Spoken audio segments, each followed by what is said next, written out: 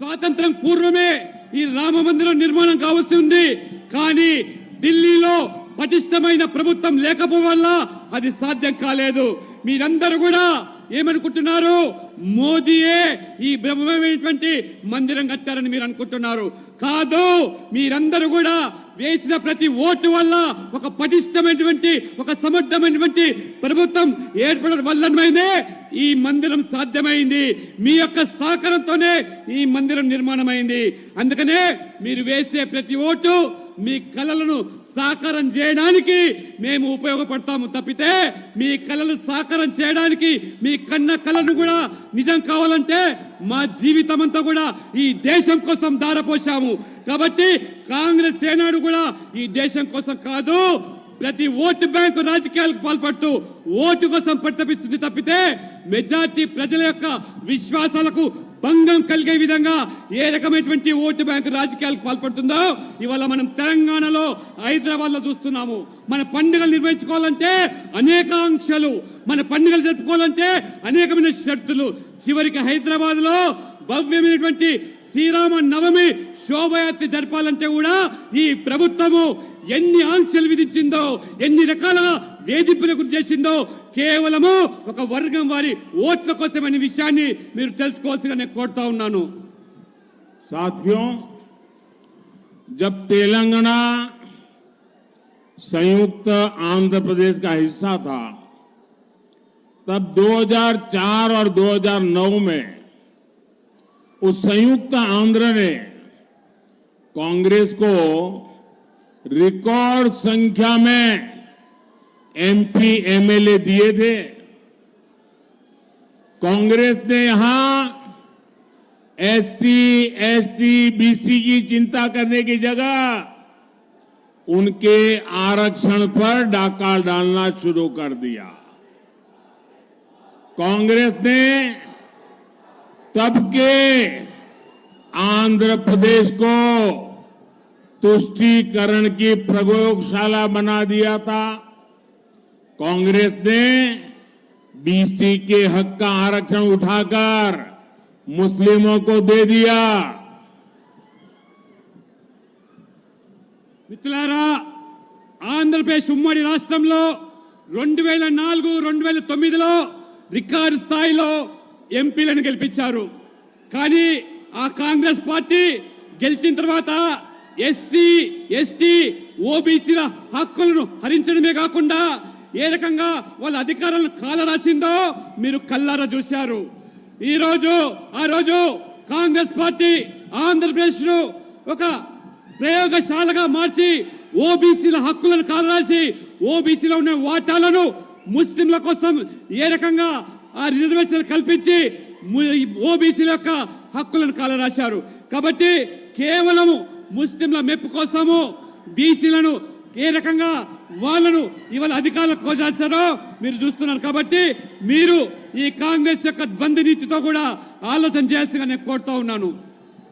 भाइयों बहनों, आप मुझे बताइए, हमारे तेलंगाना में और हमारे इस इलाके में जो लिंगायत समाज के लोग हैं, जो मराठा समाज के लोग हैं, उसमें 26 कास्ट ऐसी है जो ओबीसी में जाने के लिए मांग कर रही है.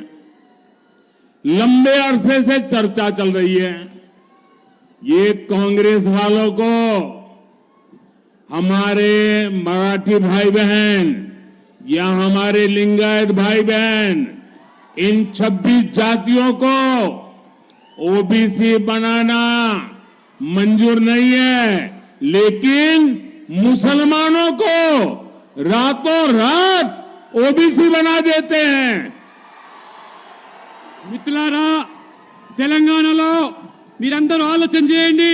ఒక పెద్ద సమాజం లింగాయత్ సమాజము, మరాఠా సమాజము ఈ తెలంగాణలో అయితే ఉన్నారో వాళ్లకు న్యాయం చేయకుండా దాదాపు ఇంకా 26 బీసీ కులాలు కేంద్ర జాబితాలో చేరాల్సిన అవసరాన్ని కాంగ్రెస్ పార్టీ ఏ రకంగా విస్మరించి కేవలము రాత్రికి రాత్రి ముస్లింలను ఓబీసీ జాబితాలో చేర్చి ఇవాళ లింగాయతులను మరాఠీలను కాకుండా 26 బీసీ కులాలను కేంద్ర జాబితాలో చేర్చకుండా ముస్లింలను చెప్పించేటువంటి ప్రయత్నాలకు ఏ రకంగా కాంగ్రెస్ పూనుకున్నదో ఒక్కసారి మీరందరూ కూడా గమనించాల్సిగా నేను కోరుతా ఉన్నాను.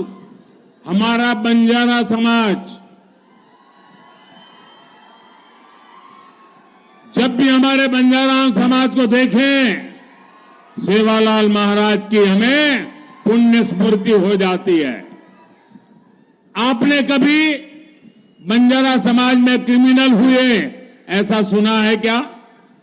सेवाभावी लोग हैं, समाज में अच्छी जिंदगी जीने वाले लोग हैं, लेकिन उस बंजारा समाज की भी आशा अपेक्षाओं पर टीआरएस, बीआरएस, कांग्रेस सबने पानी फेर दिया है. మిత్రులారా, మన యొక్క తెలంగాణలో బంజారా సమాజం అంటే లంబాడి సమాజం, ఏదైతే ఆరాధ్య దైవంగా భావించేటువంటి ఆ సేవాలాల్ యొక్క ప్రభుకు మనమందరం కూడా ఏ రకంగా మరి మనస్పూర్వకంగా గౌరవిస్తామో అటువంటి సమాజం నుంచి వచ్చినటువంటి ఈ యొక్క బంజారాలు, లంబాడీలు ఎంతో గౌరవప్రదమైనటువంటి జీవితాన్ని గడిపేటువంటి వాళ్లను నేరస్తులుగా పరిగణించేటువంటి గత కాంగ్రెస్, బీఆర్ఎస్లు ఏ రకంగా వాళ్ళ జీవితాలతో చెలగాటమాడాయో ఈ రెండు పార్టీలు ఆ సమాజాన్ని కూడా పూర్తిగా వంచించి దగా చేసి మోసం చేశాయి. भाइयों बहनों, ये इतने बड़े संविधान लेकर के दुनिया को मूर्ख बनाने वाले लोग, रात दिन आरक्षण के नाम पर झूठ बोलने वाले लोग, ये हमारे तेलंगाना में मादिगा समाज पर क्या बीती है. और मैंने मादिगा समाज को वादा किया हुआ है, मैं उनके लिए लड़ाई लड़ूंगा. और हमारे दलित भाई बहनों में जो वर्गीकरण की मांग है, उनका हक है, उसको वो मानने को तैयार नहीं है. మిత్రులారా, పొద్దున్న లేస్తే ఈ పార్టీలు రాజ్యాంగం గురించి లేకపోతే రిజర్వేషన్ల గురించి దుష్ప్రచారం చేస్తూ తప్పుడు ప్రచారం చేస్తూ ప్రజలు మోసం చేస్తూ ఉన్నాయో, సామాజిక న్యాయం అంటే ఆ సామాజిక న్యాయాన్ని కట్టుబడి ఉన్న నేను ఈ రోజు సమాజంలో ఉన్నటువంటి మాదిగలకు న్యాయం చేయడానికి ఎస్సీ వర్గీకరణ కోసము కట్టుబడి ఉన్నానని చెప్పి వాళ్ళలో ఒకరిగా నేను ఈ పోరాటానికి అండగా ఉంటానని చెప్పి భరోసా కల్పిస్తున్నాను, హామీ ఇస్తున్నాను. మాదిగలు మీరు న్యాయమైన కోరికలకు భారతీయ జనతా పార్టీగా మేము అండగా ఉన్నామని చెప్పి కూడా పూర్తి విశ్వాసం కల్పిస్తా ఉన్నాము. साथियों, एक कांग्रेस पार्टी को जन्म से ही ये हमारे संविधान के प्रति नफरत है.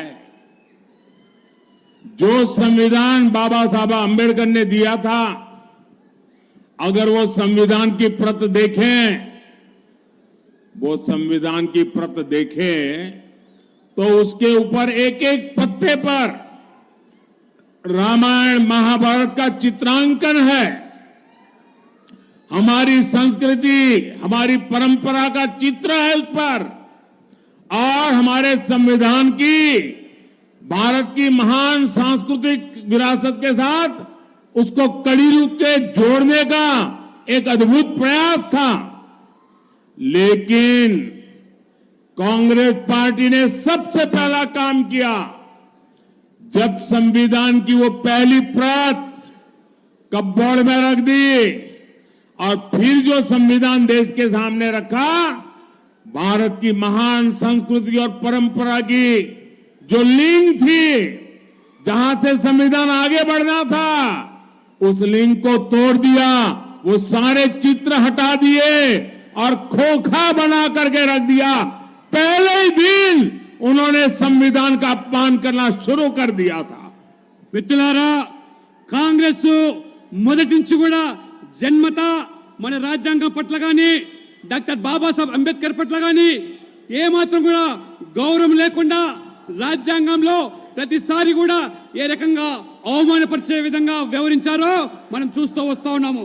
రాజ్యాంగంలో రచించినటువంటి దాంట్లో ప్రతి పేజీలో కూడా రామాయణము, మహాభారతము ఏ రకంగా మన భారత యొక్క జీవిత సంస్కృతితో ముడిపడి ఉన్నటువంటి ఆ యొక్క లింక్ ను ఈ యొక్క కాంగ్రెస్ పార్టీ, ఈ కాంగ్రెస్ ప్రభుత్వం ఏ రకంగా దాన్ని తుడిచివేసే ప్రయత్నం చేసిందో, మొదటగానే అంబేద్కర్ గారు గొప్ప ప్రయత్నం చేసి మన సంస్కృతితో మహాభారత్లో రామాయణం జోడించి ఆ యొక్క మరి సంస్కృతిని వెలుగులోకి తీసుకొచ్చే ప్రయత్నం చేస్తే ఈ కాంగ్రెస్ ప్రభుత్వము బుద్ధిపూర్వకంగానే ఉద్దేశపూర్వకంగానే ఆ యొక్క రామాయణాన్ని మన సంస్కృతిని ఆ రకంగా విడదీసి ఏ రకంగా రాజకీయాలకు పాల్పడుతుందో మనం గమనిస్తా ఉన్నాము. ये शाहजादे के दादी के पिताजी देश के पहले प्रधानमंत्री, उन्होंने ये पाप किया था. उसके बाद उनकी दादी की बारी आई.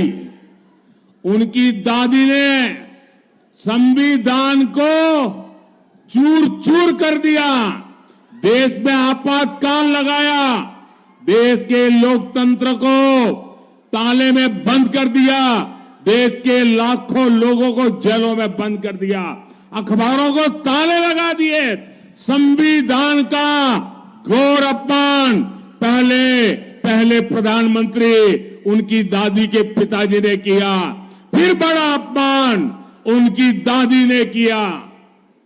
మిత్రులారా, ఈ యువరాజు ఏదైతున్నాడో ఆ యువరాజు ముత్తాత మొదటి ప్రధాని ఈ రాజ్యాంగాన్ని ఏ రకంగా అవహేళన చేశారో, అవమానపరిచారో పూర్తి బాధ్యులు వారే.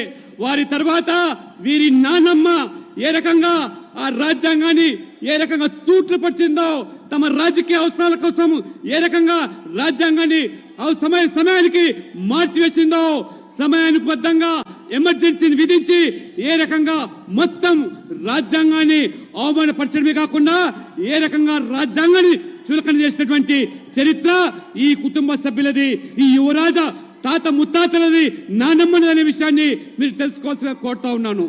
तीसरा पाप, इनके पिताजी जब प्रधानमंत्री थे शाहजादे के, उन्होंने एक ऐसा कानून लाने की कोशिश की. ये संविधान की बातें करने वाले जरा अपने चरौखे में देख ले. उन्होंने ऐसी बातें की